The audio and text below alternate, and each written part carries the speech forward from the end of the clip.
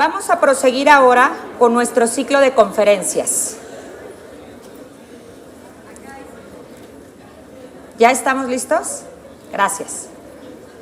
Fundadores de la Escuela de Gastronomía Mexicana, Yuri de Gortari y Edmundo Escamilla, se han preocupado fundamentalmente por la difusión no solo de la práctica de la cocina, sino de su contexto cultural por medio de la historia, las artes y la antropología, pero sobre todo por una visión humana de lo que significa y simboliza el desempeño culinario de nuestro país.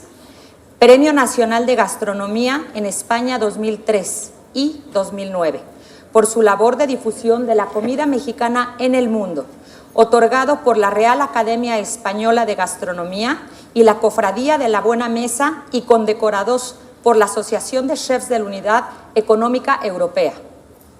Cedo el micrófono a mis tan apreciados y admirados Yuri y Edmundo, quienes nos darán, para mí ellos siempre dan conferencias, pero ellos dicen que no, que nos darán la charla Sentimiento de Pertenencia. Sean bienvenidos.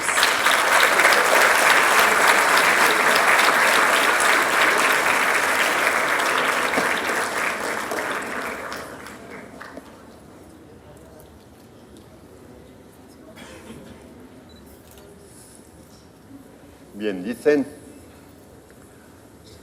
que a fuerza demos conferencia, hasta nos ponen un podio. Y la verdad es que hacemos charla porque yo creo que lo que más disfrutamos es la conversación y el compartir en una charla. Y yo creo que las charlas, sobre todo de la sobremesa, nos dan mucho conocimiento, tanto de historia familiar, de identidad familiar, y nosotros decimos que en las charlas de sobremesa, en la familia, es donde uno adquiere cultura general. Y en este momento en que el tema, el título de la conferencia que nos parece precioso es el de sentimiento de pertenencia, pues uno debe sentir primero sentimiento de pertenencia a su familia, sentir sentimiento de pertenencia al lugar de origen y al país. Y al hablar de sentimiento de pertenencia, siempre, y hablar de gastronomía, no podemos evitar siempre referirnos a un libro importantísimo de nuestra cultura como el Popol Vuh. El Popol Vuh, el libro sagrado de los mayas, en el que nos dicen que los mexicanos, nosotros, estamos hechos de maíz, nuestra carne y nuestros huesos están hechos de maíz. Y entonces esto hace mucho más fuerte la liga de identidad y alimentación. Fíjense ustedes cómo hace algunos años y cuántos siglos después del Popol Vuh, alguien se sintió un iluminado, inventó una frasecita de somos lo que comemos. El Popol Vuh ya nos lo había enseñado y ya nos había hecho esa liga fundamental de cultura, identidad y comida. Y entonces, al hablar de comida, tenemos que pensar toda esa belleza, esa fuerza de identidad que nos da lo que hemos aprendido a comer gracias a nuestra familia, a nuestra abuela, a nuestra madre, a nuestra nana, a alguna tía que nos hace en una fecha especial algo de comer, y eso va conformando nuestra identidad y nuestro sentimiento de pertenencia. Yo pertenezco a esto. Algo muy importante, sentimiento de pertenencia y comida. Edmundo alguna vez en la Huasteca decía, ¿hasta dónde llega la Huasteca? Ustedes ya sabrán que la Huasteca no es un estado, sino una región identificada más por su característica geográfica, climática, de tierra, que por una división política. Y le contestaban en la Huasteca, Huasteca es hasta donde se come zacahuil. Y efectivamente, aquí se come zacahuil. Una cuadra más allá ya no se come zacahuil y ya no es Huasteca. ¿Cómo hay este sentimiento de pertenencia y orgullo de pertenencia? Al hablar de comida, siempre decimos que a todos se nos llena la boca diciendo lo que aprendimos a comer. Y ustedes, bueno, la mayoría son muy jóvenes, pero aún no estarán preocupados por qué enseñamos a comer, qué enseñamos a nuestros hijos, a nuestros nietos, a nuestros alumnos a comer y cómo identificar y cómo valorar ese sentimiento de pertenecer a un grupo, a una nación y el orgullo que nos puede dar. Al hablar de maíz, tenemos que pensar no solo en que estamos hechos, nuestra carne y nuestros huesos de maíz, sino que es una de las principales, de los principales alimentos, ingredientes que se le da al mundo, que México le da al mundo, con una antigüedad gigantesca y cuánta diversidad de productos hacemos con maíz. Hace poco, hablando de tamales, decíamos que ninguna cocina en el mundo tiene un plato tan diverso como la cocina mexicana tamales, de los que podemos hablar entre 3,000 y 4,000, que en números mentales suena una gran cifra, pero si lo reflexionamos de que se comen tamales según la región, el estado, la ciudad, el pueblo, la ranchería y la familia, cada cual tendrá un tamal peculiar. Y si pensamos en la gran extensión de nuestro territorio, estaremos convencidos que 3,000 o 4,000 variedades de tamales puede ser que sea muy pequeño, ¿sí?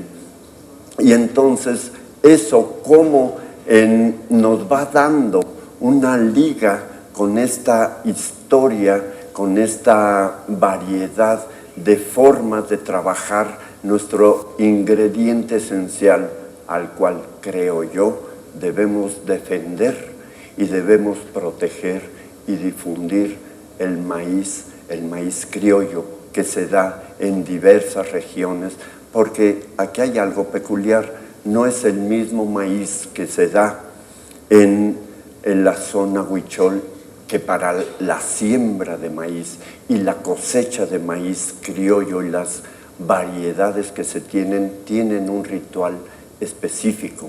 Hay un maíz con el que se hace un pinole que es especial, el maíz, y que solamente se da en otra región.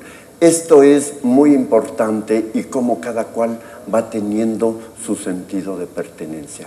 Hablar de alimentación, comida, gastronomía, cultura, arte, es tan amplio en México como que podríamos hacer un recorrido gastronómico más allá de los restaurantes famosos o importantes, sino de la comida que se come en cada región y cómo cada región le va a ligar, a seducir al visitante con sus sabores y su comida y cómo va a dejar huella. Edmundo y yo decimos, vamos a un restaurante y ¿qué tan bueno es? Pues mira, es tan bueno como que la memoria a través del antojo me demanda comer el plato que comí en tal restaurante. En ese momento, ese restaurante para mí se vuelve importante y en ese momento estoy ligado afectivamente con ese lugar porque esa comida me sedujo. Y hablar de la presencia de nuestra gastronomía vinculada con el arte, bueno, de inmediato podríamos decir el cuadro de Olga Costa, La vendedora de frutas, que es una pintura, un cuadro emblemático ya, importantísimo en la historia de la pintura mexicana, de la Escuela Mexicana de Pintura y de la comida. Pero si nos alargamos más, ¿cuánta presencia tenemos de nuestra identidad gastronómica a lo largo de la historia?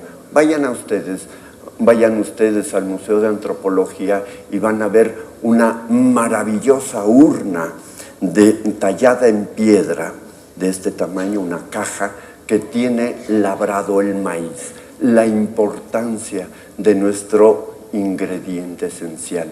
Y más allá nos podemos ir extendiendo y se podría ir extendiendo el mundo en hablar de arte, pintura, cultura y gastronomía.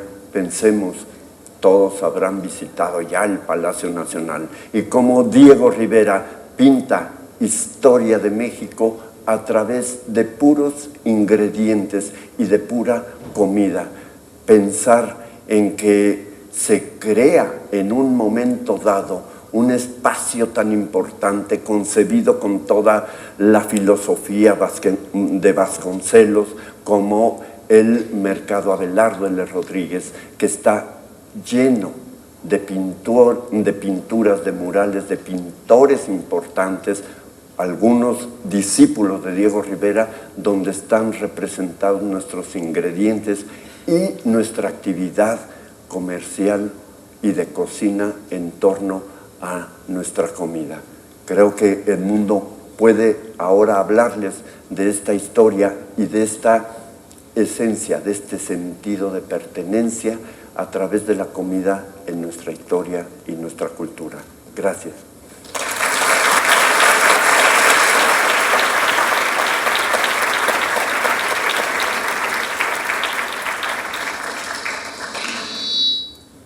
Gracias, pues muchísimas gracias por esta invitación, Omnitec, muchísimas gracias, Ana Luisa, de verdad, por tus palabras.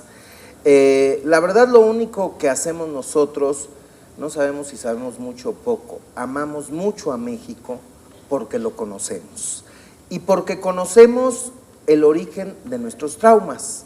La historia es como el psicoanálisis, uno va a terapia para ver nuestras inseguridades, nuestros miedos, nuestros rencores, el coraje que podemos tener incluso a nuestros padres. Y una de las primeras cosas que te dicen es, bueno, ¿y cómo fue la infancia de tu padre? Ah, pues no sé. Investígala. Y entonces se da uno cuenta que fue una infancia difícil, que tenía un padre golpeador, o sea, no es que fuera malo. Hay toda una historia atrás, él también la tuvo difícil. Para entender al otro hay que conocer su historia. Para entendernos a nosotros tenemos que conocer nuestra historia. Por eso es muy importante saber, como decían los antiguos mexicanos, para saber a dónde vamos hay que saber de dónde venimos.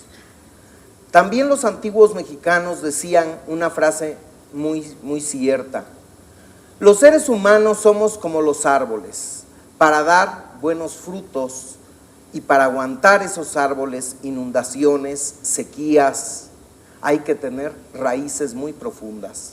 Nosotros tenemos esas raíces, pero no las conocemos. Y tenemos un grave problema, el problema de vergüenza étnica. No queremos ser indios. Todos en nuestro imaginario colectivo tenemos al abuelito francés, español o de ojo azul. ¿sí? Sí, mi abuelito era de ojos verdes, y a lo mejor sí es cierto, pero a la abuelita Otomí, a esa la escondemos, de esa no queremos hablar. Por eso estas telenovelas de Teresa y esos son tan famosas acá, porque nos avergonzamos de la lucha, de la gente que nos cambió la vida. Le damos, y eso no se vale, patadas al pesebre. Pero es muy común y es muy entendible, tampoco es que uno sea malo cuando pasa esto. Durante 300 años fuimos un virreinato, no una colonia, hay una gran diferencia. Las colonias no tienen universidades, Estados Unidos no tuvo universidad hasta que se independiza.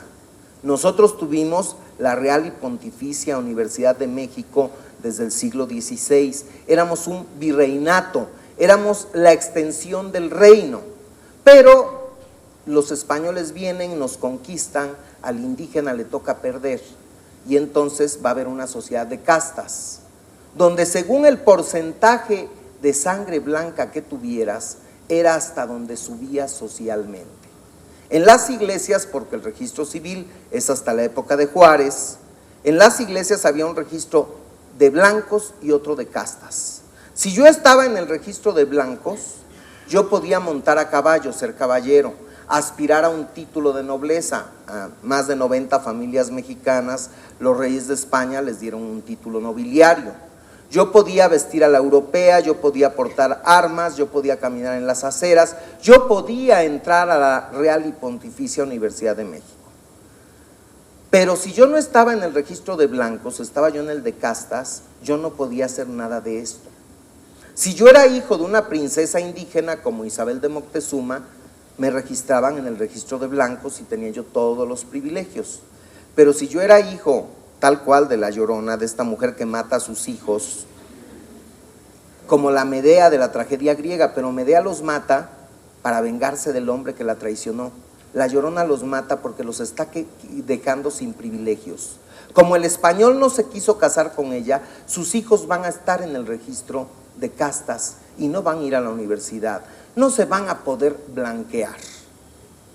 Este es un grave trauma que tenemos en el país y mientras no lo superemos, tenemos el síndrome de la mujer golpeada. Creemos que nos merecemos que nos vaya mal y muchas veces nos avergonzamos de lo que no conocemos y de lo que vienen los extranjeros a apreciar. En estos registros, claro, tú dabas una mordida al padrecito y te ponían en el registro de blancos y de ahí, bueno, se va haciendo una sociedad muy corrupta. Pero yo soy hijo de una indígena y de un español, pero salí blanquito y barbado o salí de ojo verde, pero no tengo mi papelito de blanco. Entonces no puedo ir a la universidad. Por lo tanto, siento que mi madre, esa indígena, me quitó derechos. La odio. Es más, no como frijoles porque se me parten los pies. Se me olvida el inglés, se me olvida que no sé hablar inglés. Es una frase que seguimos usando. ¿Por qué? Porque se comía de acuerdo a las castas. Entonces yo que salí blanquito, voy a tratar que no se me note lo indígena. Y cuando uno lee cómo se expresaron los conquistadores que vinieron a hacer miles de destrozos, pero ninguno habla, se encontraron dos sociedades en estadios muy parecidos. En el siglo XVIII, las cortes europeas van a lograr un esplendor, pero los europeos que vinieron aquí comían con la mano. El pobre de Leonardo da Vinci, cuando está en la corte de Ludovico el Moro, Ludovico Sforza, el príncipe de Milán, dice: no sé cómo hacerle para que mi señor Ludovico no se limpie con la manga del de junto. Hace un manual de urbanidad para que la gente no escupa en la mesa, para que vayan al baño los señores 5 metros alejados de la mesa para evitar los malos olores. O sea, el comedor se populariza en Europa, en toda la gente, hasta principios del siglo XIX. Los españoles que vienen acá comen con las manos. El tenedor llega de Bizancio en el siglo XV a Venecia y de ahí se popularizan las cortes. No todos los europeos, cuando vemos los estudios de la cocina francesa, No todos los europeos y todos los franceses comían foie gras. Había una gran polarización de la riqueza. Hace 200 años los franceses pobres se morían de hambre. Europa ha ido avanzando y si nosotros tenemos confianza en nuestro pueblo, vamos a ir avanzando. O sea, pensamos que todo en Europa era refinamiento. Hay que leer Los Miserables de Víctor Hugo. Claro que uno ve el musical y en el musical hasta los pobres se ven bonitos. Sí, otra cosa es en la vida real. Estos niños que viven ahí en París, ¿sí? O hay que ver las novelas, ¿sí? Las novelas de Charles Dickens. Y vamos a ver que Oliver Twist nos lo muestran en musical. Hace 250 años en Inglaterra, todos esos niños de Oliver Twist y sus amiguitos los prostituían, los mandaban a asesinar, los mandaban a robar. Han ido superando esas etapas. Y aquí está la sangre nueva, como decía Vasconcelos. Pero ¿cómo si nos despreciamos porque descendemos del que perdió? Hay que superar esa etapa. A mucha gente le parece esto muy duro, pero mientras no superemos esa etapa, mientras no valoremos nuestros frijoles, nuestros quelites, porque antes no éramos diabéticos. Nuestros antepasados se morían de arrugas. El que llegaba viejo no necesitaba sondas ni aparatos para respirar, ¿sí? Llegaban sanos. ¿Cuántos de nosotros hemos comido quelites tan ricos en betacaroteno que ayudaban al crecimiento? Maíz y frijoles, una gran proteína. Y aparte, la gran cantidad de ingredientes que le dimos al mundo. Tenemos que conocer todo esto para estar orgullosos. Nos encontramos en la Ciudad de México, la primera capital de América, no de Latinoamérica, de toda América. Esta ciudad se fundó en 1325. Madrid es capital de España hasta 1561, que Felipe II se lleva los poderes a Madrid. Esta fue la gran metrópoli que ya Bernardo de Balbuena le cantaba: México, en ti se une la España con la China, Italia con Japón. Vamos a ver que un hermano del general Austin hace una carta describiendo la Ciudad de México a principios del siglo XIX, cuando Nueva York empezaba a dejar de ser un pueblito. Y dice: se parece a la ciudad de Nueva York, ya está creciendo mucho Nueva York, nada más que en Nueva York no hay los palacios que hay en esta ciudad. Por eso se le atribuye a Alexander Humboldt la frase de que somos la ciudad de los palacios. ¿Cuántos palacios conocemos aparte del de Bellas Artes, del Correos, del Palacio Nacional? En el centro histórico tenemos el Palacio de los Condes del Valle de Orizaba, la Casa de los Azulejos. El palacio que le hace don Miguel de Berrio y Saldívar, marqués de Jaral de Berrio, y doña Ana María de la Campa y Cos, condesa de San Mateo Valparaíso, a su hija que se casa con un noble siciliano y que conocemos como Palacio de Iturbide. El mismo palacio de don Miguel de Berrio y Saldívar, que está ahí en Venustiano Carranza, Isabel la Católica. El Palacio de los Condes de Eras y Soto, el Palacio de los Condes de la Cortina, el Palacio de los Condes de Torre de Cosío en 20 de noviembre, donde vivió nuestro primer criminal en serie, don Juan Manuel.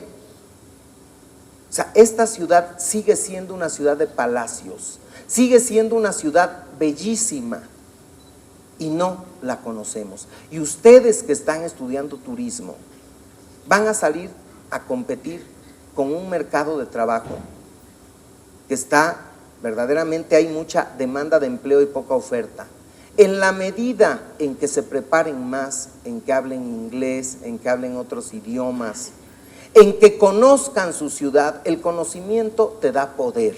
Van a encontrar un mejor empleo o se van a poder autoemplear generando proyectos de turismo, formando pequeños grupos. Pero para eso necesitan conocer esta maravillosa ciudad.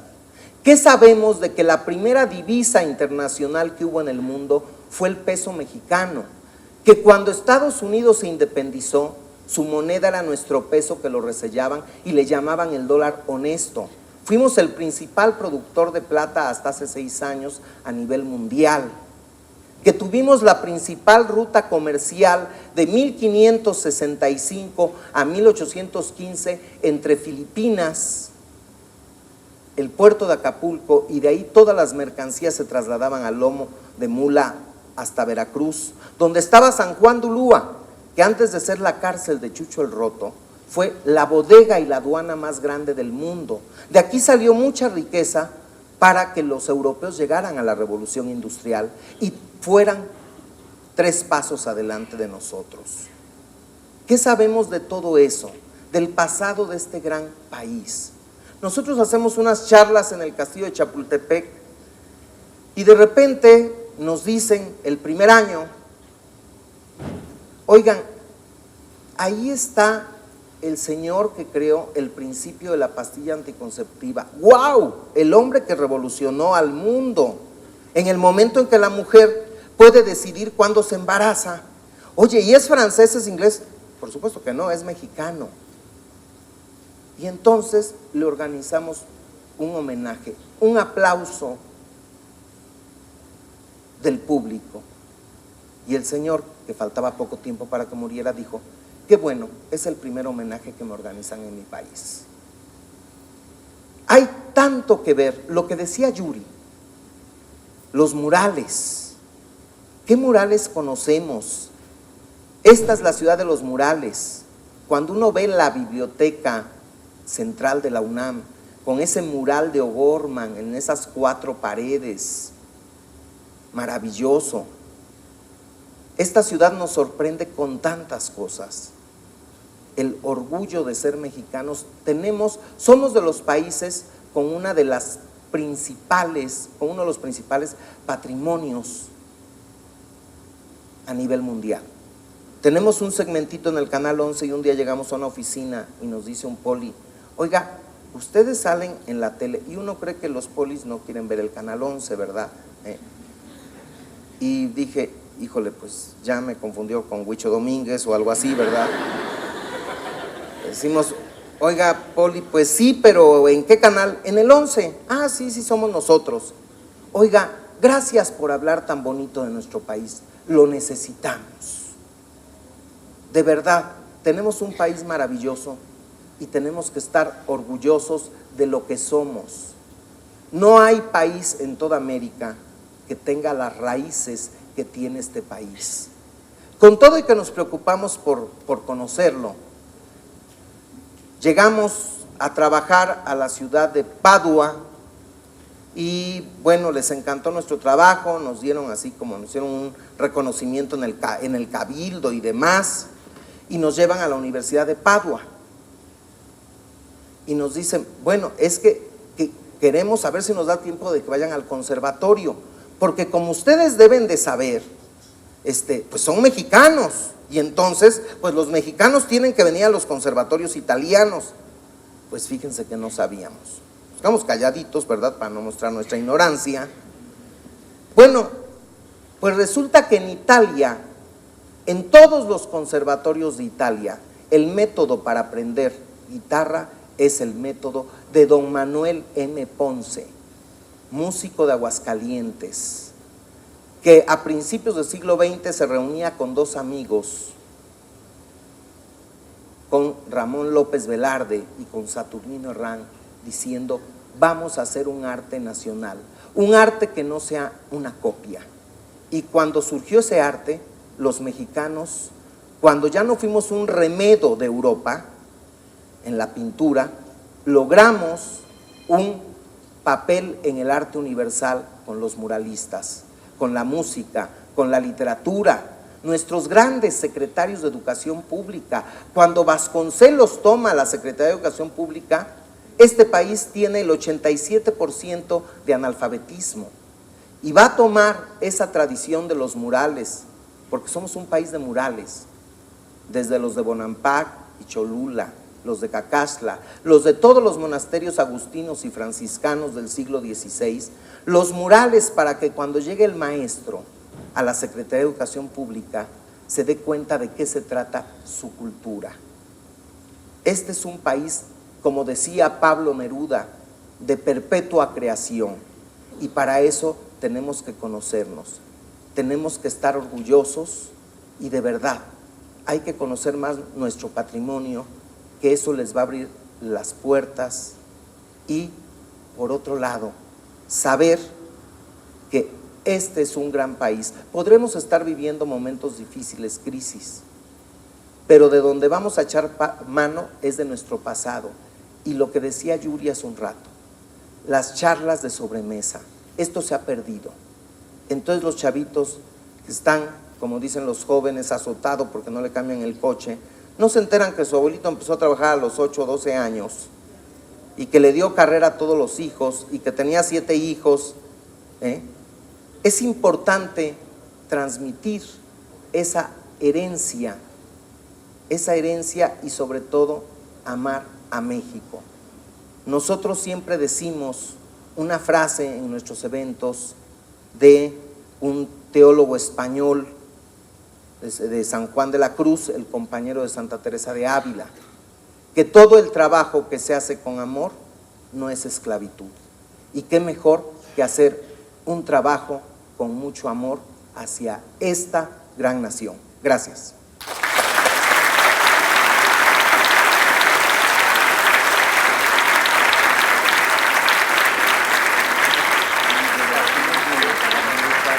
Ahorita lo voy a decir. Después de esta sencilla y humilde charla, la verdad es que sí nos faltó un buen mole, unos frijoles chinos, un atole, un pulquecito, un curado, un mezcal, unos tamalitos. Y sí nos faltó, de verdad, para todavía saborear más con Yuri y con Edmundo. Para mí de verdad es un orgullo que hayan aceptado, que hayan cancelado su programa de televisión que los iban a grabar solo por venir con nosotros. Estoy enormemente agradecida con ustedes.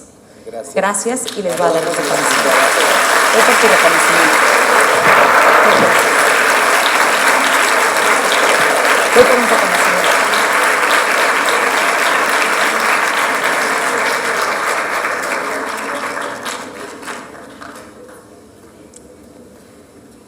Además les entrego un reconocimiento de nuestra muy querida Unitec, y estos son los chicos del futuro de hospitalidad y de turismo.